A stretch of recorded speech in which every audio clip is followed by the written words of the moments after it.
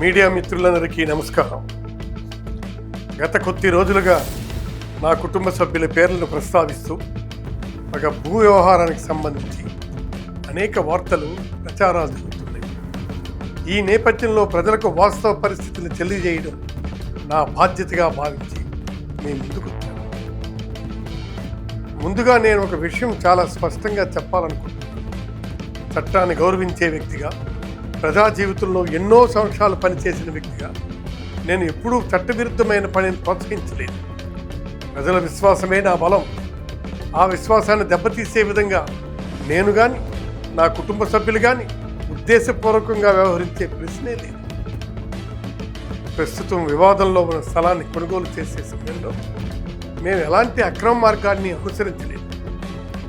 మాకు భూమిని విక్రయిస్తామని చెప్పిన వ్యక్తుల ద్వారా డాక్యుమెంట్ రైటర్లు, మధ్యవర్తులు చూపించిన పత్రాలను పరిశీలించిన తర్వాతనే కొనుగోలు ప్రక్రియ జరిగింది. రిజిస్ట్రేషన్ సమయంలో సంబంధించిన పత్రాలన్నీ సబ్ రిజిస్ట్రార్ కార్యాలయంలో సమర్పించబడ్డాయి. అక్కడ చట్ట ప్రకారం పరిశీలన జరిగిన తర్వాత రిజిస్ట్రేషన్ పూర్తయింది. ఆ సమయంలో ఎలాంటి అభ్యంతరాలు లేదా లోపాలు ఉన్నాయని మాకు తెలియదు. ఆ తర్వాత భూమిపై వివాదం ఉందని, యాజమాన్యానికి సంబంధించి అభ్యంతరాలు ఉన్నాయని తెలిసింది. వెంటనే మేము చట్టబద్ధమైన మార్గాన్ని ఎంచుకున్నాం.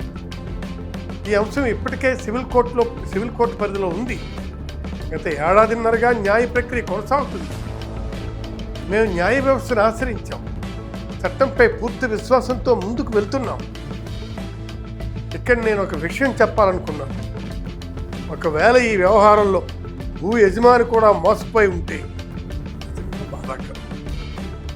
అదే సమయంలో మేము కూడా చట్టబద్ధమైన ప్రక్రియ ద్వారా డబ్బు చెల్లించి కొనుగోలు చేసిన వ్యక్తులు. అందువల్ల ఈ వివాదంలో మేము కూడా బాధితులమేనని మా అభిప్రాయం. సివిల్ కోర్టులో ఇప్పటికే విచారణ జరుగుతున్న సమయంలో ఇప్పుడు క్రిమినల్ కేసు నమోదు కావడం మాకు ఆశ్చర్యం కలిగించింది. ఈ అంశంపై మా న్యాయవాదులు చట్టపరంగా తమ వాదనలు వినిపిస్తారు. న్యాయస్థానమే వాస్తవాలు నిర్ధారిస్తుంది. ఈ కేసుల గురించి ఎలాంటి దర్యాప్తు జరిగినా మేము పూర్తిగా సహకరిస్తాం.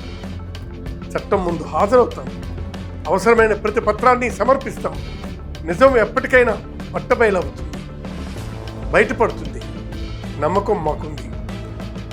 రాజకీయ జీవితంలో నేను ఎన్నో ఒడిదుడుకులు చూశాను, విమర్శలు కూడా ఎదుర్కొన్నాను. కానీ వ్యక్తిగతంగా ఎవరికి అన్యాయం చేయాలనే ఆలోచన నాకు ఎప్పుడూ లేదు. ఆ ఆలోచన రాదు.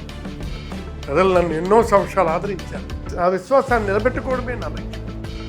ఈ సందర్భంగా మీడియా మిత్రులకు ఒక విజ్ఞప్తి చేస్తున్నాను. కేసు కోర్టు పరిధిలో ఉన్నందున దర్యాప్తు పూర్తి కాకముందే ఎలాంటి నిర్ణయాలకు రావద్దు.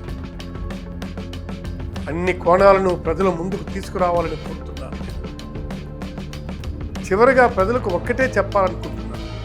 నాకు భారత రాజ్యాంగంపై, న్యాయ వ్యవస్థపై పూర్తి నమ్మకం ఉంది.